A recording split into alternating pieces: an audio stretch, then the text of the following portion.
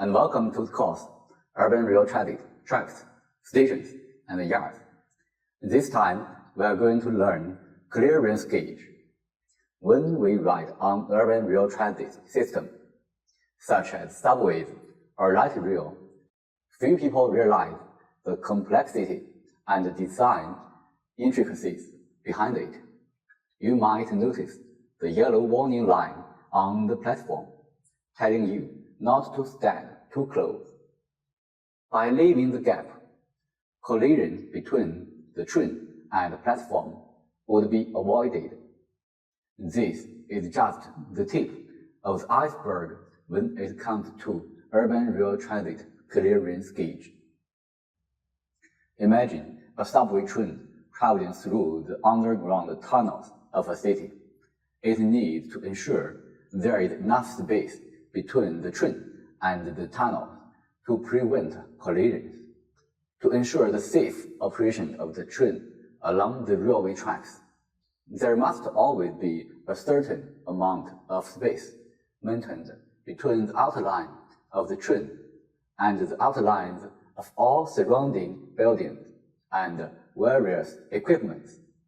This maintained space is referred to as the clearance gauge, and it is intended to prevent any collision between the train and the structures or equipment along the railway.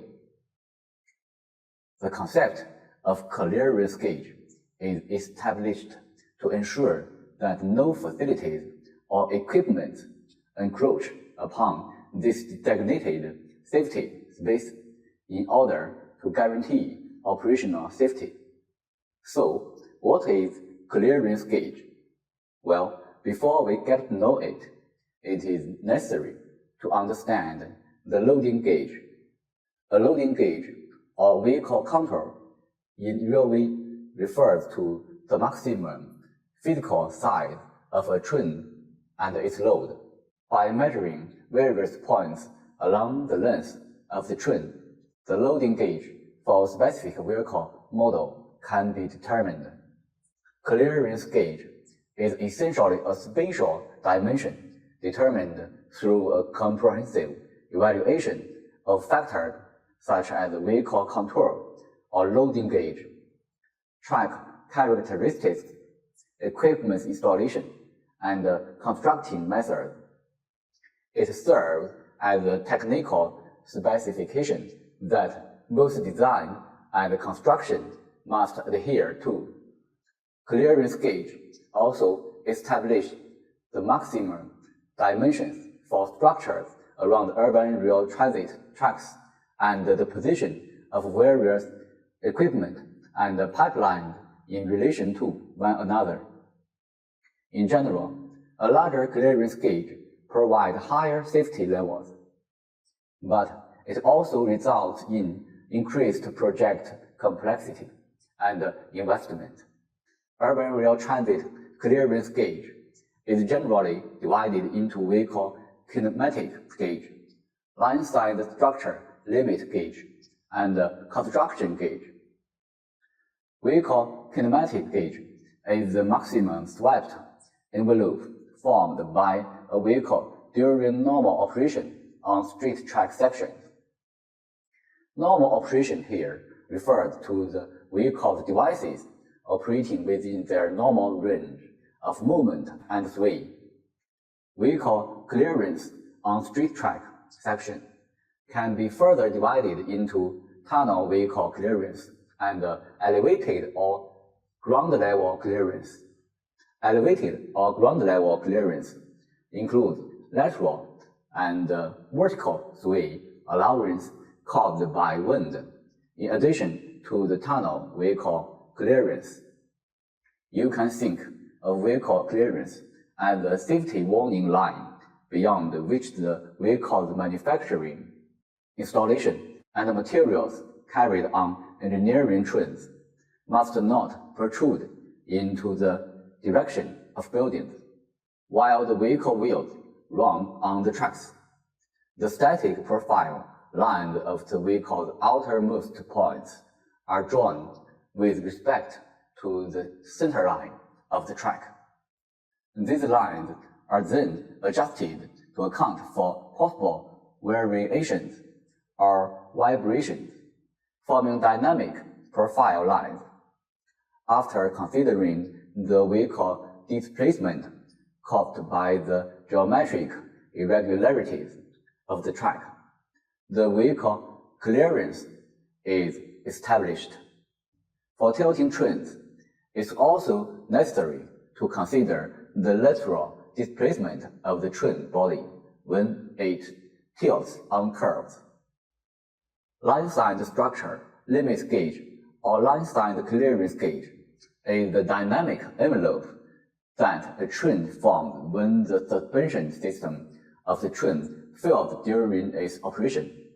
All equipment installed near the railway track must not encroach upon this envelope. On straight track sections, line-side structure limit gauge is established by expanding the vehicle kinematic gauge with a certain safety margin. This accounts for the lateral offset that the vehicle's body generates when the suspension on one side of the train fails, extending beyond the vehicle clearance. For curved track sections, the line-side structure limit gauge is determined based on the gauge on straight track sections, considering additional lateral and vertical offsets caused by the specific condition of the track's horizontal curvature, as well as factors related to the vehicle track parameters and other relevant variables. To better grasp the relationship between the vehicle loading gauge, vehicle kinematic gauge, and the line-side structure limit gauge, let's refer to a diagram. In this diagram, the vehicle kinematic envelope, marked as 2, makes room marked D for the movement displacement of rolling stock.